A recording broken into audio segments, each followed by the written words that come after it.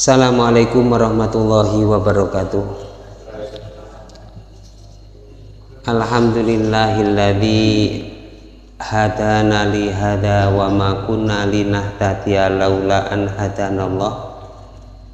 Laqad ja'at rusulu rabbina bil haqq wa nudu antil kumul jannah uristumuha bima kuntum ta'malun. Wa asyhadu an la ilaha illallah wahdahu la syarikalah wa asyhadu anna muhammadan abduhu wa rasuluh. Allahumma sholli ala muhammadin wa ali muhammad, amma ba'du.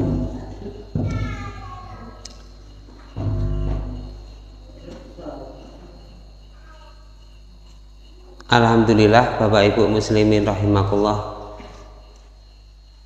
tetap menjadi kewajiban kita untuk bersyukur kepada Allah Ta'ala atas limpahan nikmat, rahmat dan karunia-Nya kepada kita, sehingga sampai saat ini kita masih bisa merasakan dari sekian banyak nikmat-Nya.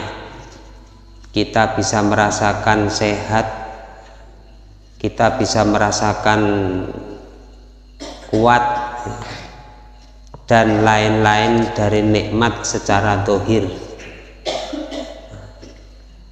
Dan bagaimana kita bersyukur kepada Allah Ta'ala,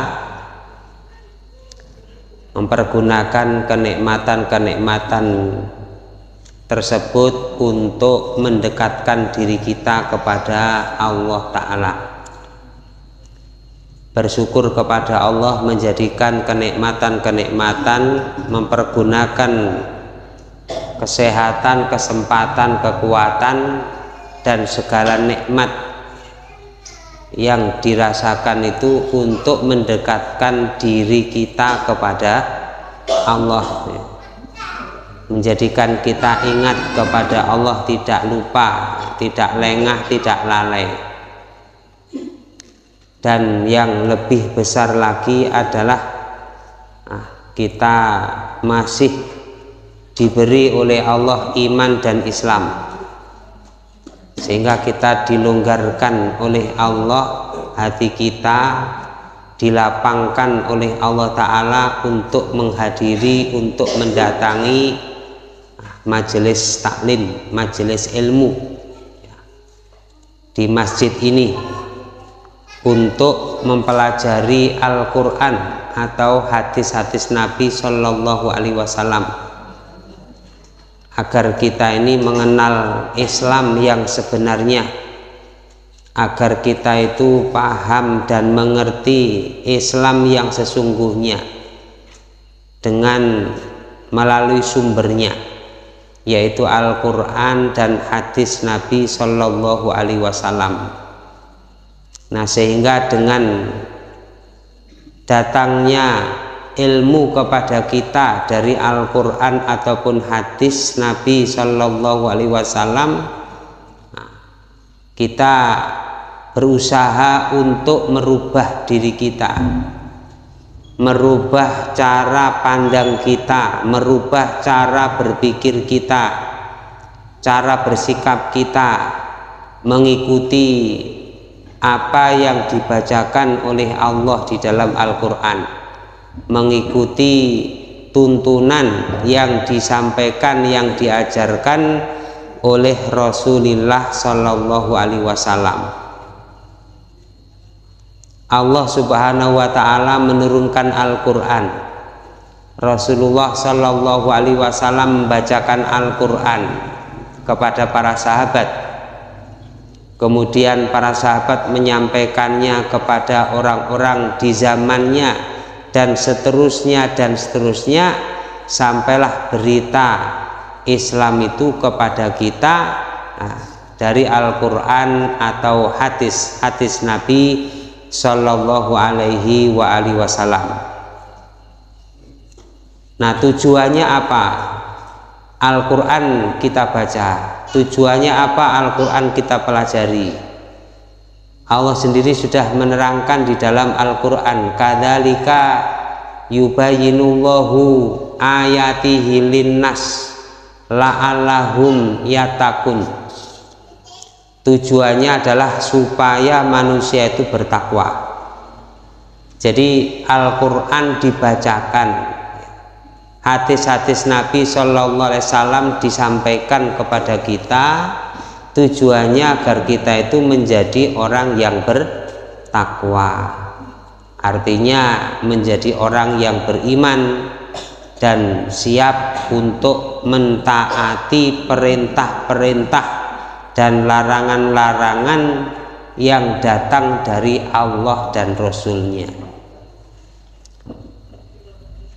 Bapak Ibu muslimin rahimakumullah, kita lanjutkan hadis yang nomor 9. Wa an Abi Bakrah Nufai ibnil Haris Ats-Tsaqafi radhiyallahu anhu annan nabiyya, bahwasanya Nabi sallallahu alaihi wasallam qala bersabda, idzal taqal muslimani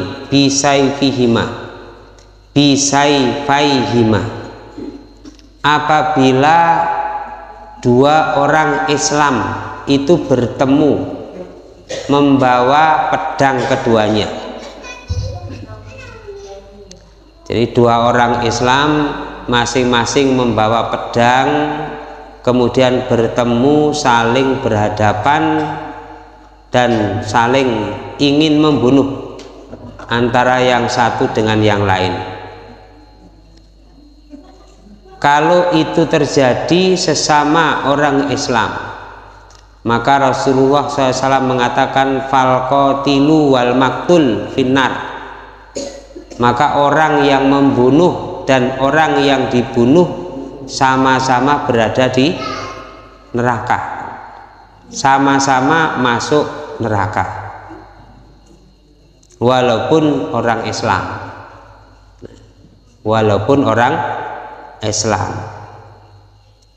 Qultu, Abu Bakrah ini bertanya, ya Rasulullah, hadzal qatil, ini si pembunuh sudah jelas karena dia sudah membunuh,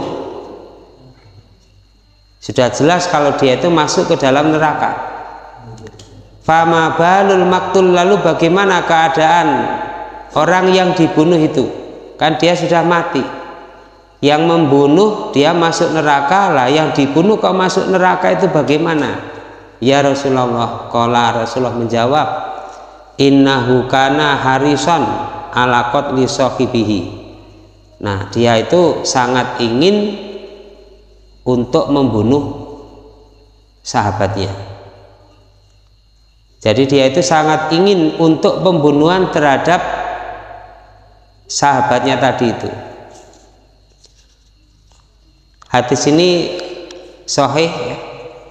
Artinya ya sumbernya jelas, dan ini dari Nabi Shallallahu Alaihi Wasallam memberitahu kepada kita bahwa Muslim yang satu dengan Muslim yang lain itu hakikatnya adalah bersaudara, sehingga tidak layak, tidak pantas antara Muslimin yang satu dengan Muslimin yang lain itu bertikai, bertengkar, atau sampai terjadinya peperangan antara Muslim yang satu dengan Muslim yang lain, sehingga saling melukai atau saling membunuh. Nah, itu tidak pantas, karena sesama orang-orang yang beriman itu dalam urusan dinul Islam itu adalah bersaudara, sehingga diperintah oleh Rasulullah Shallallahu Alaihi Wasallam, wa kunu ibadallahi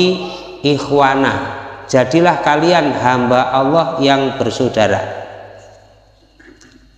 Nah, sebab terjadinya pertikaian atau percekcokan atau pertengkaran antara yang satu dengan yang lain, nah itu sebab-sebabnya banyak.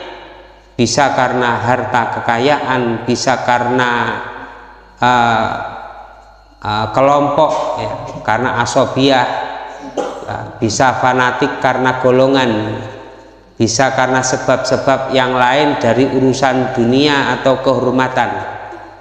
Tapi yang jelas pada prinsipnya menjadi orang yang beriman itu harus diyakini sesama orang yang beriman itu adalah bersaudara. Sehingga kalau yang namanya bersaudara itu ya seharusnya tidak boleh, tidak boleh saling senggol menyenggol, sikut menyikut, saling membelakangi saja itu dilarang. Wala tadabaru, wala tabaghadu, wala tajassasu, wa kunu ibadallahi ikhwana. Jadi antara muslim yang satu dengan muslim yang lain itu adalah saudara. Jadi tidak boleh saling membelakangi, semerap membelakangi, Bu, nyingkuri ngoten. Cara padu-paduan ngoten niku sampai gak wawuhan ngoten. Umpami padu-paduan mboten wawuh-wawuhan. Sumrap nggih mboten wawuh-wawuhan. Napa, Bu? Mboten saling menyapa. Napa? Satru-satruan. Nah, di dalam Islam tidak boleh muslimin yang satu dengan muslim yang lain itu satru-satruan, meneng-menengan, tidak saling menyapa, itu tidak diperbolehkan. Batasan bolehnya hanya 3 hari saja, Bu, Pak nggih. Hanya 3 hari saja, lebih dari 3 hari haram. Dan yang lebih utama, lebih baik itu adalah yang mendahului untuk menyapa. Sebab yang terjadi di tengah-tengah kita kadang-kadang kalau sampai terjadi pertengkaran, percekcokan atau persoalan-persoalan hatinya tersinggung, ngoten niku nggih mangkel, gondok, muring-muring ngoten niku. Akhirnya nggih masih gak eruh sirahe ngoten rapateken ngoten. Apa bahasa Indonesiane rapateken ngoten. Ketemu saja ketika berpapasan di tengah jalan ngoten niku menjauh ngoten niku. Menjauh. Itu yang terjadi. Nah, ini dilarang di dalam Islam. Jadi kita sebagai orang-orang yang beriman dengan orang yang beriman yang lain itu, kita sambung hubungan silaturahim, hubungan kebaikan antara yang satu dengan yang lain. Wala tadabaru, tidak boleh saling membelakangi, singkur-singkuran itu mboten asal. Kemudian wala tabaghadu, saling memarahi, saling memarahi. Napa memarahi niku? Muring-muring ngoten. Wala tabaghadu. Jadi kita marah kepada saudara kita, kita marah dengan teman kita, kita marah dengan sesama muslimin, itu tidak ada gunanya, tidak ada manfaatnya, tidak ada artinya. Ini masalah hati. Ini berat. Sebab adanya kemarahan dan sikap yang tidak baik itu karena hatinya itu tersakiti, hatinya tersinggung. Maka Rasulullah SAW melarang wala tadabaru, wala tabaghadu, wala tajassasu, jangan saling memata-matai. Kenapa memata-matai, Bu, Pak? Jangan mengintip, atau jangan di hadis yang lain itu jangan membuka aib saudaranya. Justru yang terbaik adalah menutup aib saudaranya. Karena abot gini nggih. Apa meneh hatine panas ngoten niku. Hatine kesenggol ngoten niku. Sing diudal, sing diomong, yang diucapkan, yang disampaikan adalah kebaikan apa keburukan? Yang jelas keburukannya, bukan kebaikannya. Kalau bicara soal keburukan, kathah mboten enten teke. Masih sedina suwengi, 2 dina, 3 dina, saulan terus menerus, 1-2 orang terus bisa berbicara. Nek ngudal eleke wong liya, ning nek membicarakan kebaikannya itu yang berat. Padahal yang terbaik itu terhadap saudara kita adalah melihat kebaikannya, bukan melihat keburukannya. Nek kula jenengan ningali sing elek niku mboten enten enteke. Elek terus sampai sak cilik-cilike elek niku ketinggal. Tapi kalau kita rubah cara berpikir kita, cara pandang kita, kita lihat saudara kita nih. Jadi keburukannya, kejelekannya, atau cacatnya, atau aibnya ditutupi. Tidak dilihat, tapi yang dilihat adalah kebaikannya. Itu akan bisa mudah untuk membangun persaudaraan. Soalnya apa? Elek mboten ketinggal, mboten diudal, ngoten. Nggih lek misale sing awan-awan niku diudal-udal, disampai-sampaikan ngoten niku. Lah yang bersangkutan tidak terima, akhirnya nanti saling mengudal. Saling mengudal. Napa sing diudal? Jadi tidak ada habisnya nanti yang disampaikan, yang dibicarakan dolek elek tok. Sing situ dolek elek dulure, sing dulure dolek elek sih itu niku wau. Itu yang terjadi. Maka Rasulullah SAW mengajarkan kepada kita di dalam hadis yang lain itu, wa kunu ibadallahi ikhwana, jadilah kalian hamba Allah yang bersaudara. Nggih kados dulur ngoten. Nah, kita membangun sesama kita persaudaraan itu atas dasar iman, atas dasar Islam.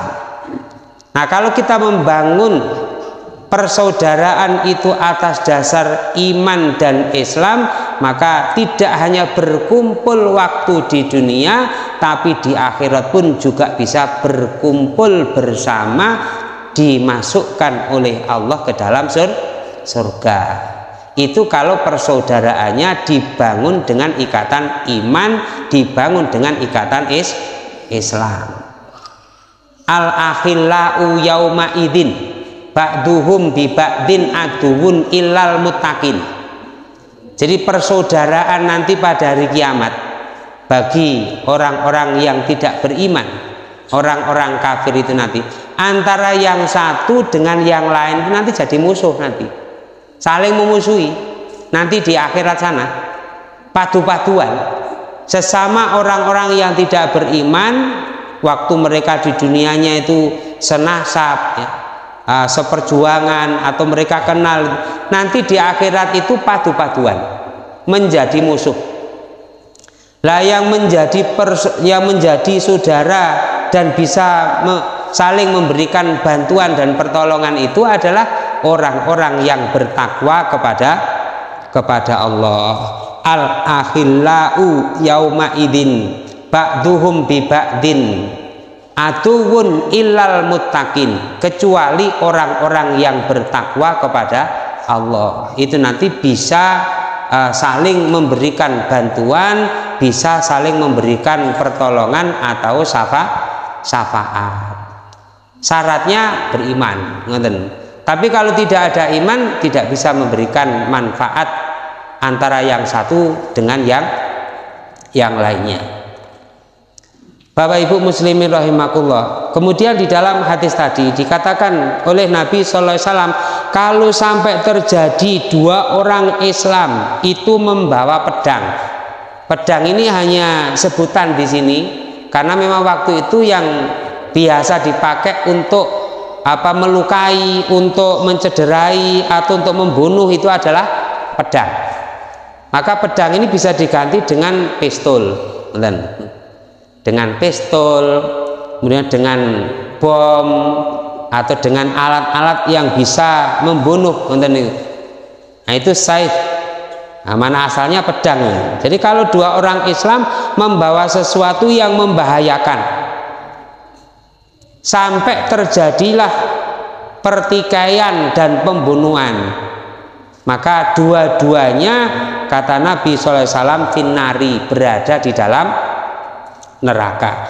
Baik yang membunuh atau yang dibunuh, itu kedua-duanya masuk ke dalam neraka.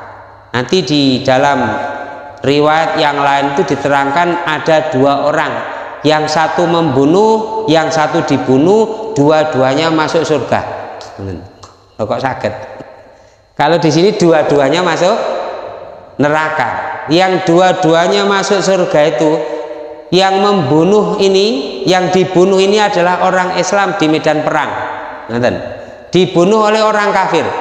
Orang kafir membunuh orang Islam di medan perang, orang Islamnya mati syahid, masuk surga.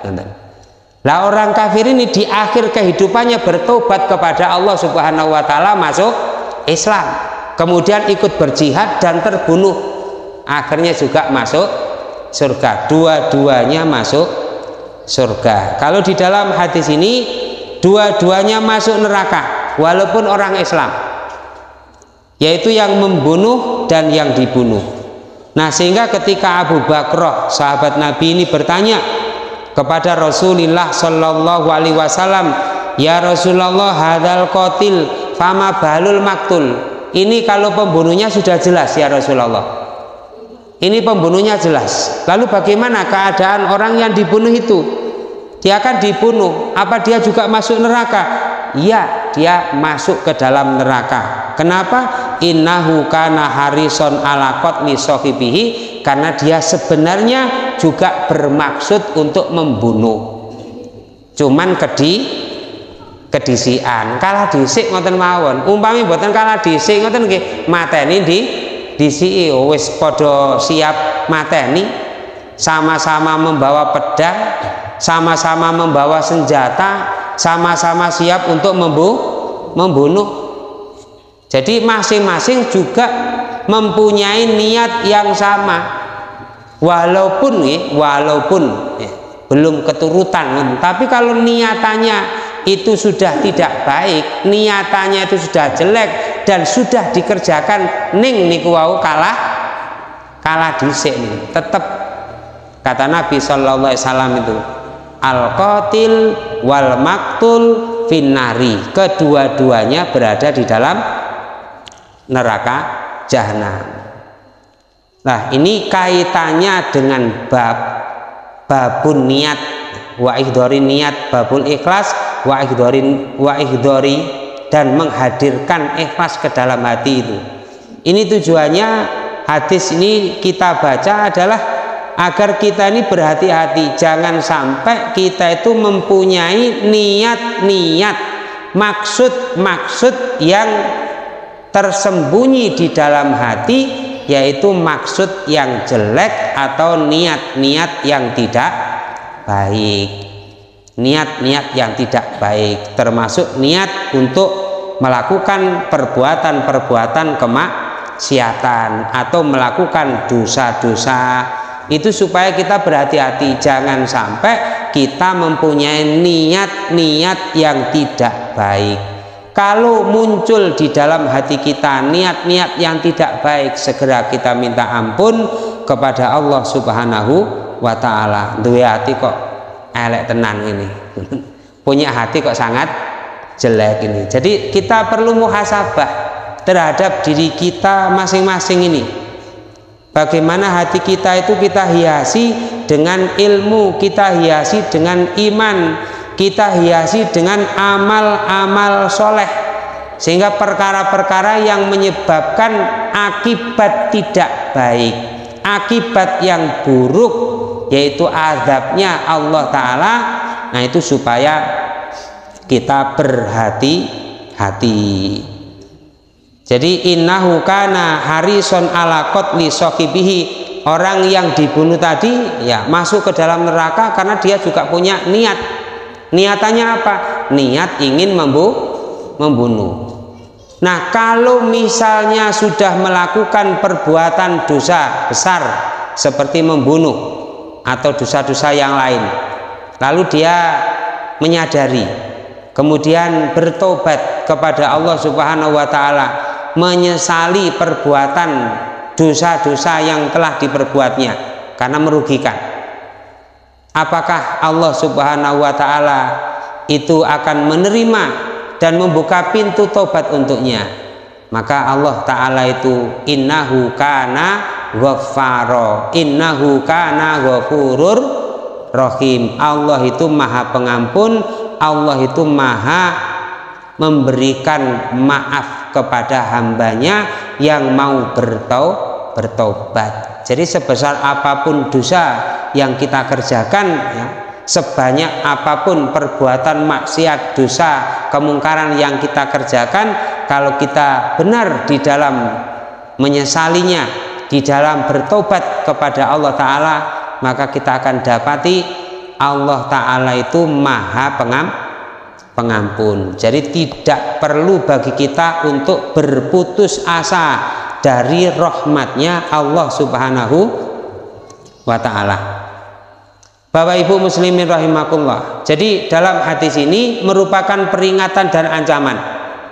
Jangan sampai di antara kita kaum muslimin itu memicu pertikaian di antara kita kaum muslimin. Nah, diupayakan untuk menghindari sejauh-jauhnya pertikaian antara muslimin yang satu dengan muslimin yang lain. Jangan sampai dalam persoalan-persoalan yang tidak penting, yang itu bukan persoalan-persoalan pokok, kemudian menjadi penyebab pertikaian, menjadi penyebab permusuhan antara muslimin yang satu dengan muslimin yang lain karena kebodohan. Bagi kita yang mengaji, bagi kita yang mempelajari Al-Quran dan Sunnah, dalam persoalan-persoalan yang tidak perlu untuk dipertengkarkan atau dipertikaikan, maka itu harus kita hindari. Berbeda pendapat boleh, tidak ada masalah, tapi jangan sampai menjadikan pertikaian dan permusuhan. Nah, beda pendapat goro-goro sing situ gawe bismillah, situ mboten damel bismillah, ngoten pun mboten satru-satruan. Iku beda kelompok, beda golongan, beda organisasi, beda ormas misalnya, seperti itu. Itu menunjukkan kebodohan kita. Itu menunjukkan bahwa kita ini belum mengerti persoalan urusan agama ini. Yang satunya dikeraskan, yang satunya tidak dikeraskan. Yang satunya pakai bismillah, yang satu tidak pakai bismillah. Padahal dua-duanya boleh untuk diamalkan. Tidak perlu untuk diperdebatkan. Maka Rasulullah SAW juga mewanti-wanti, al-jidalu fil Qur'an nifakun. Tidak boleh kita ini bertikai, berdebat dalam persoalan Al-Quran, karena perdebatan dalam urusan din, perdebatan dalam urusan Al-Quran itu adalah bagian daripada kemunafikan. Jadi nggih mboten perlu gontok-gontokan, mboten perlu napa menang-menangan dalil, mboten perlu. Karena dalil kita baca, dalil kita pelajari, Al-Quran dan hadis itu untuk kita imani, kemudian kita yakini dan kita amalkan. Dene beda, mboten masalah. Sama-sama benar, misalnya sama-sama kuat. Yang satunya kalau subuh as-sholatu khairum minan naum, yang satunya tidak pakai as-sholatu khairum minan naum. Tidak menjadi persoalan, bukan menjadi persoalan. Mau pakai silakan, tidak pakai juga silakan. Mana dalil yang dipilih, gitu aja. Yang satunya pakai kunut, Allahumma dini, Allahumma dina, pakai kunut subuh. Yang satunya tidak pakai kunut misalnya, ya silahkan. Mana yang dipilih, dalil-dalil yang dipandang dirasa itu kuat. Jadi bukan menjadi persoalan, bukan menjadi permasalahan yang menyebabkan antara muslimin yang satu dengan muslimin yang lain itu terjadi keretakan, pertikaian atau permusuhan. Nah, jadi dalam hadis yang kita pelajari tadi, bahwa orang yang membunuh dan orang yang dibunuh, kedua-duanya sama-sama masuk ke dalam neraka, karena masing-masing itu punya ambisi yang tidak baik, punya niat yang tidak benar, yaitu membunuh. Padahal pembunuhan itu dilarang, pembunuhan itu tidak dibenarkan menurut syariat Islam, bukan pembunuhan yang benar. Nah, berarti ada pembunuhan yang benar, nggih, enten pembunuhan yang benar, illa bil haqi wala yaqtulunan nasa illa bil haq. Mereka tidak membunuh jiwa manusia kecuali membunuhnya dengan cara yang benar. Jadi memang ada pembunuhan yang boleh dikerjakan, boleh dilakukan oleh orang-orang yang beriman. diperintah oleh Allah malah boleh membunuh, boleh, tapi dengan cara yang benar, dengan alasan yang dibenarkan menurut syariat. Tetapi kalau tidak ada alasan yang benar, maka hukum pembunuhan itu adalah diharamkan oleh Allah Subhanahu wa ta'ala. Saged dipahami Bu nggih? Kita lanjutkan hadis nomor 10 an Abi Hurairah radhiyallahu anhu qala Rasulullah sallallahu alaihi wasallam salatur rajuli jama'atan, salatnya seseorang dengan berjamaah. Bapak Ibu muslimin rahimakumullah, di dalam bahasa Arab itu sebutan ar-rajulu juga dipergunakan untuk perempuan, walaupun asal terjemah maknanya itu adalah laki-laki. Boleh juga dipakai dalam perempuan, itu boleh di dalam penggunaan bahasa Arab. Sehingga di sini dikatakan sholatur rajuli ini tidak hanya laki-laki saja yang sholat berjamaah, begitu. Sholatur rajuli jama'atan, sholatnya seseorang dengan berjamaah. Tentunya berjamaah di masjid loh ini, tidak berjamaah di rumah, berjamaah di masjid. Itu tazidu ala sholatihi, melebihi atas sholatnya fi sukihi wa baitihi, di pasarnya dan di rumahnya, melebihi atas sholatnya yang ada di pasarnya dan yang ada di rumahnya. Jadi sholat berjamaah di masjid, kata Nabi SAW, itu pahalanya, nilai derajatnya melebihi daripada sholat di pasar. Di pasar enten mushola nggih.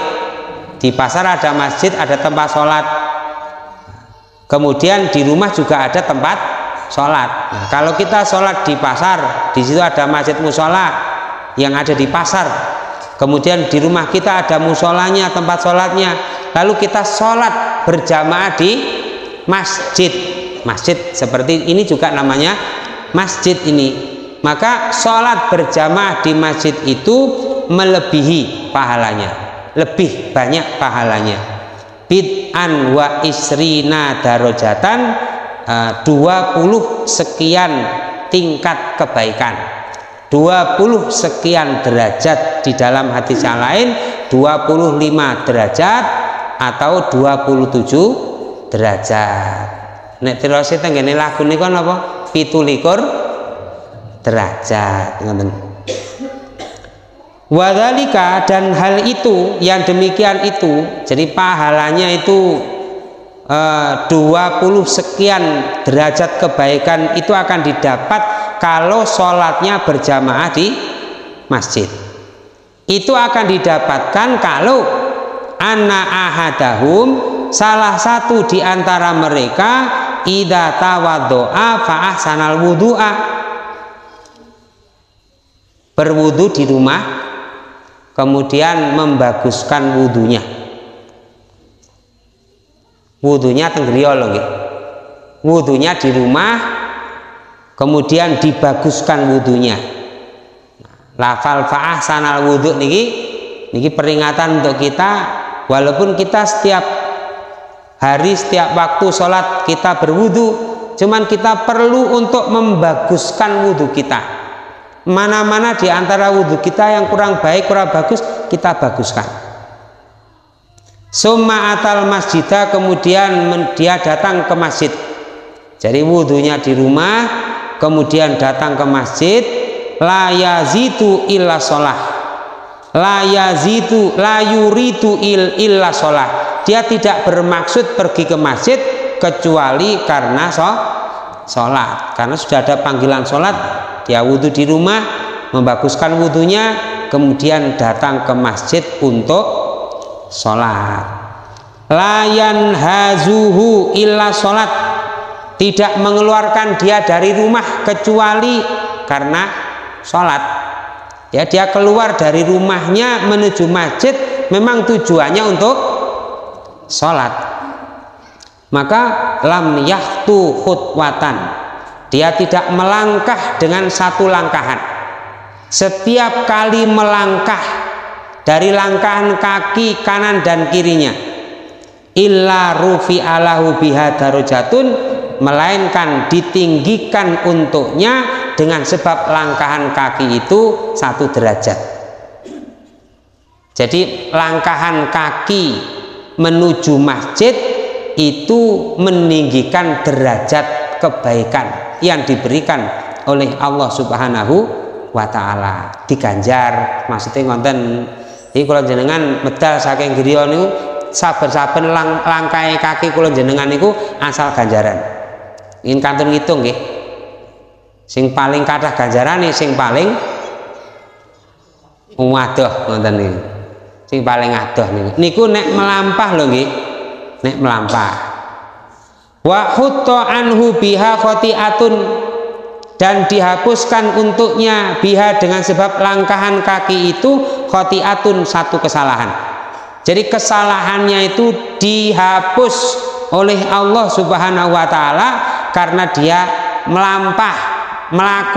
melangkahkan kakinya menuju masjid untuk sholat, untuk beribadah kepada Allah ta'ala.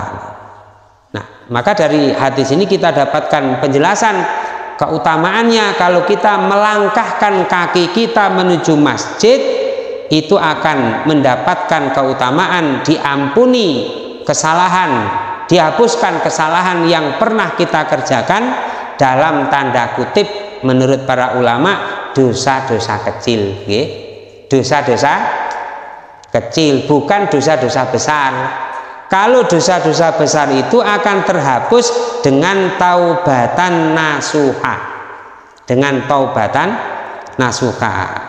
Kalau dosa-dosa kecil ini akan terhapus dengan kita wudhu dari rumah, kemudian melangkahkan kaki kita menuju masjid ini untuk beribadah kepada Allah Ta'ala. Tidak hanya dihapuskan kesalahannya, tapi juga mendapatkan derajat kebaikan, mendapatkan pahala. Hatta yadkhulal masjidah, sampai dia itu masuk masjid. Sampai masuk masjid, mboten jagong tenggene teras masjid. Kata-katanya kan leren jagong riyin ten ngajengi masjid ngoten. Napa malih ketemu kalih pleke ngoten. Jagong akhirnya nggih ngalor ngidul sing diomong ngoten niku. Niki ngirangi ganjaran ngoten. Niat dan tujuannya ke masjid untuk ibadah sholat atau ibadah yang lain, amal soleh, ngaji, bukan jagong, bukan, tapi untuk ibadah. Fa'idha dakhalal masjid, maka ketika dia sudah masuk masjid, sudah masuk ke masjid itu, kana fi sholati, adalah dia berada di dalam sholat, maka nanti sholatu ya tahbisuhu, apa yang adalah sholat itu dia menunggunya, dia menahannya. Maksudnya ngeten, kalau jenengan saking griya nggih dugi masjid ngriki, dari rumah sudah berwudu ngoten, kemudian kita masuk ke masjid, kita sholat sunnah, nah, kemudian kita menunggu ditegakkannya sholat berjamaah, nunggu sholat bareng-bareng utawi berjamaah. Masa penungguan kula jenengan ngeten niki lah nenggo sholat isya to nggih, niki kan nenggo jenenge nunggu. Lah nunggunya kita selama bukan kita melakukan perbuatan atau perkataan yang tidak baik, selama kita melakukan amal-amal soleh, masa penungguan kita itu tetap dihitung sama seperti melakukan sholat. Lah itu sih nggih.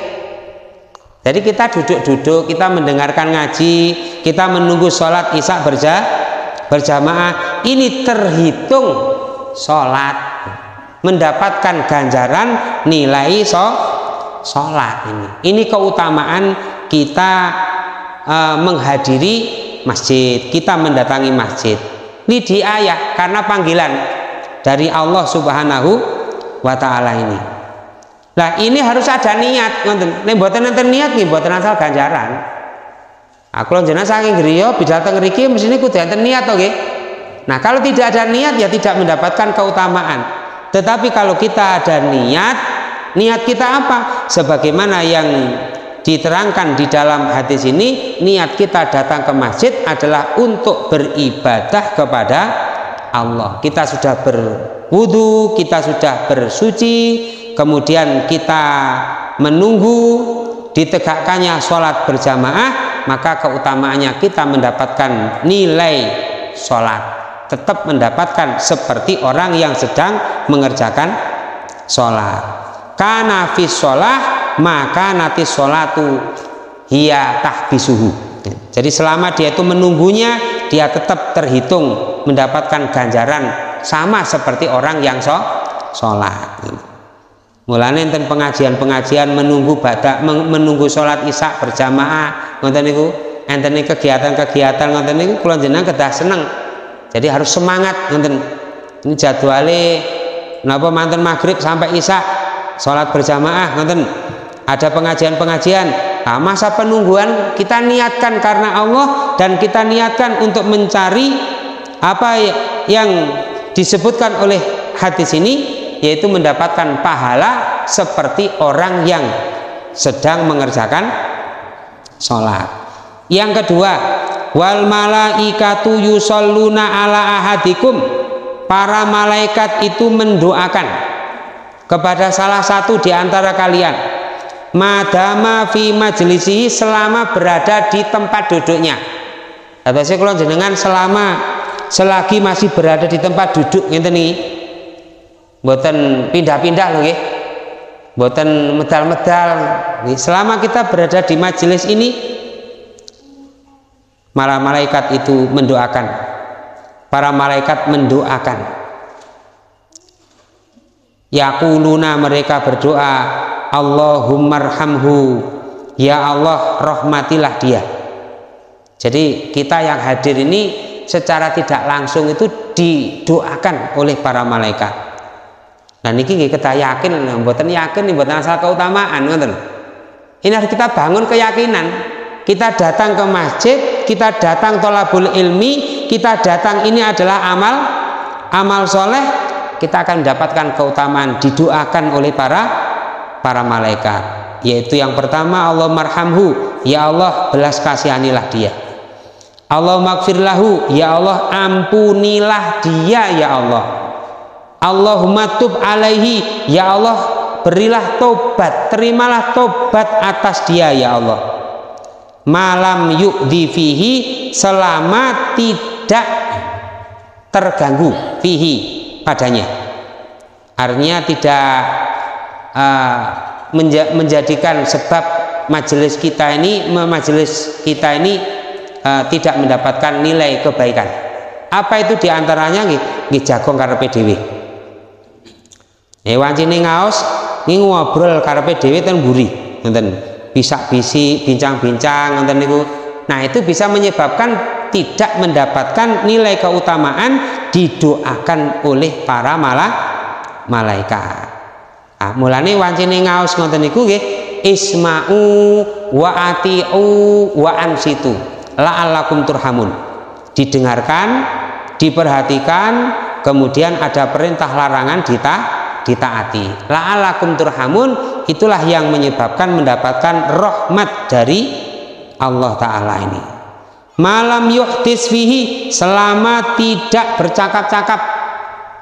Selama tidak cakap-cakap, atau sebagian ulama mengatakan selama tidak batal, menjaga kesuciannya, tetap dalam keadaan berwudu, bersuci, atau tidak bercakap-cakap, bincang-bincang, kecuali karena memang kepentingan dan keperluan yang emergensi, misalnya bertanya, karena dalam pengajian perlu ada pertanyaan ditanyakan, sehingga bertanya ya boleh, tidak menjadi persoalan.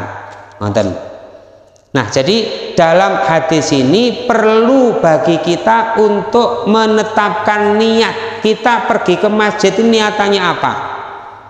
Niatannya adalah kita thalabul ilmi, mempelajari ilmu. Niatannya adalah untuk beribadah kepada Allah Ta'ala. Niatannya karena dipanggil oleh Allah, karena ada hayya alas sholat, dipanggil untuk sholat. Dan sholat ini adalah perkara yang paling penting di antara perkara-perkara ibadah, yang paling utama, yang paling afdol di antara ibadah-ibadah itu diantaranya adalah sholat. Makanya Allah Subhanahu wa Ta'ala memerintahkan kepada kita untuk menjaga sholat. Hafidhu ala sholawati was sholatil wusta. Jadi jagalah benar-benar sholat 5 waktu. Maksudnya ngonten. Atas kalau jenengan dikatakan jagi kewajiban pokok setiap waktu, setiap hari, sehari dan semalam, sholat 5 waktu yang wajib kita jaga. Dan kita akan mendapatkan keutamaan-keutamaan kalau kita mengikuti bimbingan dan tuntunan yang diajarkan oleh Rasulullah Sallallahu Alaihi Wasallam. Bapak Ibu muslimin rahimakumullah, keterangan ini bukan berarti sholat di pasar tidak boleh, bukan berarti sholat di rumah tidak boleh. Boleh, cuman yang terbaik adalah sholat di masjid dengan berjamaah. Baik itu untuk bapak-bapak, ya, anak laki-laki, para lelaki, atau juga para ibu-ibu, para perempuan, boleh mengambil kebaikan-kebaikan dan keutamaan pahala yang berlipat dengan mendatangi masjid untuk sholat berjamaah. Ning nek sholat teng griya niku ganjarane situk, ngoten. Nek sholat teng masjid ganjarane 17 derajat utawi 20 derajat. 20.000 kali 1.000 jenengan pilih pundi? 1.000 kali 50.000 pilih pundi? Lho saestu lho nggih. 1 juta kali 50.000 sing dipilih sing pundi ngeten-ngeten. Nah, ibaratnya seperti itu. Sholat berjamaah kali sholat dewean sing dipilih sing pundi?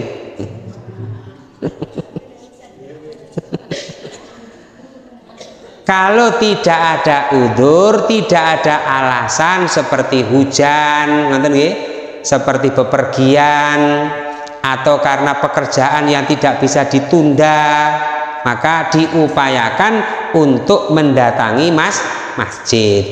Nah, ini saged niku nggih, setiap kali sholat ada yang menyeru hayya 'alas sholah. Setiap waktu duhur gruduk ke masjid. Mungkin asare ngoten hayya 'alas sholah, gruduk budal ten masjid. Maghribe ngoten krungu hayya 'alas sholah, gruduk nang masjid. Isae nggih ngoten 5 waktu ngoten niku. Subuh nggih ngoten hayya 'alas sholah ngoten niku. Budal ten masjid ngoten niku. Nah, ini kita upayakan untuk mendapatkan kebaikan. Lawang diparingi bantuan mawon direwangi niku napa? Direwangi berjubel-jubel, direwangi uselan, direwangi antri-antrian. Nggih napa mboten? Direwangi disik-disikan. Sampai direwangi napa ngeten niki? Jongkrokan ngoten. Nek urusan kebaikan akhirat, nah semestine nggih kula jenengan diupayakan untuk lebih mengutamakan dan mementingkan. Bapak Ibu muslimin rahimakumullah, satu hadis dari Nabi sallallahu alaihi wasallam yaitu innal khairul akhirah. Sesungguhnya kebaikan yang sebenarnya itu adalah kebaikan akhirat. Maka amal-amal soleh, amal-amal akhirat itulah yang kita upayakan untuk kita utamakan, bukan untuk kita kesampingkan utawi sambenan. Sing luwih penting niku dipenting-pentingaken. Sing disamben-sambene niku nggih disambenaken. Lah sing luwih penting napa? Urusan akhirat, urusan dunia ini sambenan. Kuali napa mboten? Sing bener niku donyane sambian, akhirate pentinge napa sing akhirate sambenan, donane penting. Pilih pundi, Bu? Nah, yang utama akhirat, dunia ini adalah samben. Mudah-mudahan ini menjadi tambahan ilmu yang bermanfaat. Saderenge kula akhiri menawi enten perkawis yang perlu tangkel-tangkel. Nggih, monggo. Bagaimana caranya mengganti sholat waktu dulu belum sholat? Apa boleh diganti dengan sekarang sholat di waktu sekarang? Niku tirose tiang-tiang namine sholat tobat. Nonton nggih? Dadi niki sian-sian mboten nate sholat, akhirnya saniki sholat sagete sak kuwate ngoten niku sholat, niku sholat tobat nih. Nah, di dalam Islam ini ya kewajiban sholat ya kewajiban ditunaikan pada waktu-waktunya. Kalau dulu dalam keadaan tidak beriman, kalau dulu dalam keadaan jahiliyah, ora tahu ngaji, ora tahu sholat, nah kemudian bertobat mendapatkan hidayah kepada Allah dari Allah Ta'ala, kemudian kewajibannya apa? Ya ditunaikan kewajiban-kewajiban semasa dia itu bertobat, semasa dia itu waktu itu hidup ya, dan seterusnya sampai kematian datang kepadanya. Jadi nggih mboten enten sing jenenge mengkodok salat. Sian mboten nate salat terus saniki jangkepi utawa ngganepi niku mboten. Niku para sahabat yang masuk Islam itu juga demikian. Jadi mereka masuk Islam tidak mengerjakan sholatnya double. Lah dhisik ora sholat duhur, saiki sholat duhur jamaah, mantung-mantung sholat duhur malih ngoten. Utawi sholat asar malih, sak teruse ngono. Pirang tahun ngoten niku. Jadi ya yang perlu untuk kita kerjakan ya sekarang ini. Waktu itu juga ditunaikan kewajibannya ya, tidak perlu untuk mengkodok sholatnya. Nah, kecuali ya sholat-sholat yang memang diperbolehkan untuk itu, ngonten sholat-sholat yang diperbolehkan, misalnya wah tadi saya lupa sholat, sholatnya waktu ingat, ngonten sholatnya waktu ingat. Jadi kalau misalnya tadi saya tidak sholat duhur, saya tadi tidak sholat sunnah misalnya, itu pernah terjadi. Rasulullah SAW itu luput dari melakukan sholat sunnah sesudah duhur. Kemudian Rasulullah SAW mengerjakan sholat sunnah sesudah duhur itu dikerjakan di waktu sesudah sholat asar. Padahal di dalam hadis yang lain, la sholata ba'dal asar, tidak ada sholat sesudah asar. Lah kok Rasulullah sholat sunnah sesudah asar? Bahkan di riwayat yang lain juga sholat sunnah sesudah subuh. Padahal kata Nabi, la sholata ba'da subuh, tidak ada sholat sunnah sesudah sholat subuh itu. Nah itu ternyata para ulama menjelaskan kalau itu sudah menjadi kebiasaan sholat sunnah qobliyah dan ba'diyah, karena ada sesuatu yang tadinya dia rutin karena ada sesuatu sehingga terhalangi, maka boleh dikerjakan di waktu yang lain.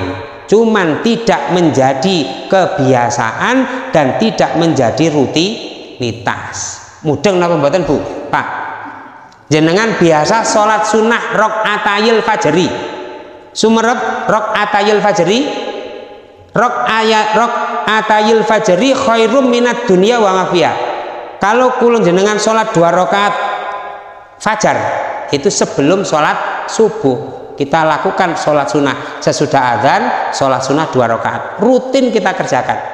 Nah kemudian karena ada situasi kondisi kerinan, sumerap kerinan, utawa misalnya pireng komat, nonton dulu komat ini, padahal tadi belum sholat sunnah 2 rakaat, maka diperbolehkan sholat sunnah 2 rakaat tadi sesudah sholat subuh, tapi tidak menjadi kebiasaan, hanya waktu-waktu tertentu saja.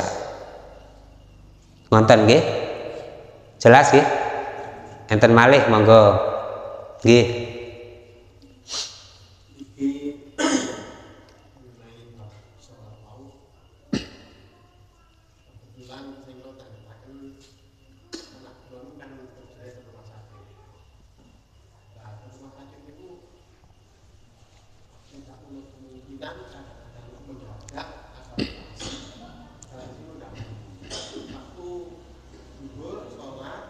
belum ada pemberitahuan operasi, begitu setelah sholat operasi mendadak. Ternyata operasi itu lama sehingga akhirnya asarnya itu tetap dalam ruang operasi, bahkan pun sampai maghribnya di ruang operasi hingga sampai isya. Terus itu cara sholatnya itu apa boleh malamnya itu ketiga-tiganya disamakan? Kalau menjamaknya itu 4 waktu sholat itu yang tidak mengikuti sunnah. Kalau menjamaknya itu dari 2 waktu, nah itu yang sesuai dengan sunnah. Misalnya zuhur dan asar, karena disibukkan dengan pekerjaan bedeli napa ndedeli awake tiyang misalnya ngoten operasi, karena waktunya panjang sehingga antara zuhur dan asar waktunya panjang sampai jam 5 misalnya. Boleh dia memilih, dia lakukan sholat yang bersangkutan sholat di awal waktu dengan dijamak karena emergensi. Menjamak menggabungkan dua waktu, zuhur dan asarnya, atau maghrib dan isyaknya boleh diletakkan di depan atau di belakang waktu. Paham nggih Bu nggih? Pak nggih? Diletakkan di awal waktu zuhur, berarti zuhur dan asar langsung dikerjakan bersama-sama, atau zuhur dan asarnya diletakkan di waktu asar. Nah, oleh karena itu nggih, yang bersangkutan harus betul-betul mengatur waktu, jangan diatur oleh waktu, ngoten. Jadi menata dan mengatur waktu itu sekiranya memang begitu ya, berarti sholat dulu aja dulu dijamak, atau sholatnya dijamak diletakkan di waktu yang terakhir. Nah kemudian kalau misalnya sampai zuhur asarnya dijamak, maghrib isyanya dijamak dalam satu waktu niki nih, kalau mboten wonten maringi penjelasan persoalannya tidak sesuai dengan sunnah yang diajarkan oleh Nabi Shallallahu Alaihi Wasallam. Dan menjamak sholat, menggabungkan antara 2 waktu sholat itu boleh dikerjakan karena sesuatu yang bukan sesuatu. Pun bingung, pun bingung-bingung nggih. Boleh dikerjakan bukan karena sesuatu, tetapi tidak menjadi rutinitas. Sebagaimana wau sing masalah sholat sunnah diletakkan di waktu sesudah subuh atau sesudah asar, nonton. Jadi kalau misalnya kalau Rasulullah SAW itu pernah mengajak kepada para kaum muslimin itu menjamak antara zuhur dan asar, maghrib dan isya di waktunya. Itu bukan karena sebab safar, bukan karena sebab hujan, bukan karena sebab-sebab udzur yang lain. Ngoten. Ketika Ibnu Abbas radhiyallahu anhu ditanya, "Kenapa? Alasannya apa?" Nah, supaya tidak memberatkan atas umatku. Kata Nabi SAW demikian. Sehingga dipahami oleh para ulama itu ya, sesekali, bukan menjadi rutinitas, dan itu dilakukan di masjid berjamaah. Saged dipahami mboten? Jelas nggih? Itu yang tidak ada alasan, tidak ada udzur, monggo sholat jamaah, monggo sholat jamak waktu duhur, monggo nggih niki dijamak kali sholat asar, padahal tidak hujan, padahal bukan safar, ngoten. Nah sesekali itu boleh, tapi bukan menjadi kebiasaan. Apalagi tadi itu karena ada sesuatunya tadi, berada di rumah sakit, ngoten, atau sebab-sebab yang lain. Ibu-ibu enten sing ditangkeltaken pun cekap nggih. Nggih mugi-mugi ngaos dalu niki ndadosaken tambahan ilmu manfaat kangge kula panjenengan. Allahumma sholli ala Muhammadin wa ali Muhammad walhamdulillahirabbil alamin. Allahumma rabbana taqabbal minna innaka antas samiul alim wa tub alaina innaka antat tawwabur rahim. Allahumma arinal haqqa haqqan warzuqna tibaa wa arinal batila batila warzuqna ijtinaba. Allahumma rabbana nas'ati bil ba'sa wasfi anta safila sifa'a illa sifa'uka sifa'an la yughadiru saqama Allahumma shfi mardha minna wa min jami'il muslimin waj'alhum tahuran. Allahumma rabbana taqabbal minna innaka antas sami'ud du'a. Wa sallallahu ala Muhammadin walhamdulillahi rabbil alamin. Wassalamualaikum warahmatullahi wabarakatuh.